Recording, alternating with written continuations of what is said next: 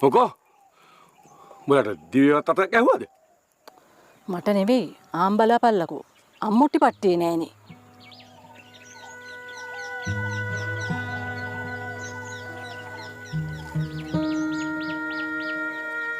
ඊයේ පට්ටියට දාන්න නැතුව ඇති.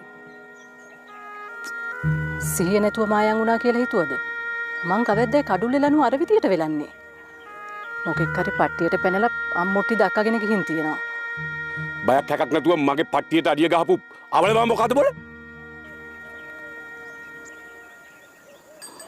දැන් මෙතන අඩබිර ගහන්න නැතුව ඉඳපල්ලා. අම්මුට්ටි ගියා යුරුව පුල්ලයාර් පෙල්ලුම් කරයි. මේක පුල්ලයාර් අඩවිය.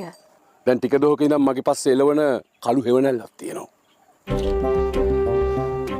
බලමුකෝ පුතෝ. මේක තිත්යාගේ වාරේ. තව කොකාගේ වාරේ ආවේ නෑ බොල. මෙතන උඩ පැන්න කියලා වැඩක් නෑ. පුල්ලයාර් ගහවට ඵලයල්ලා. වරු තුන පණීද බලන්න.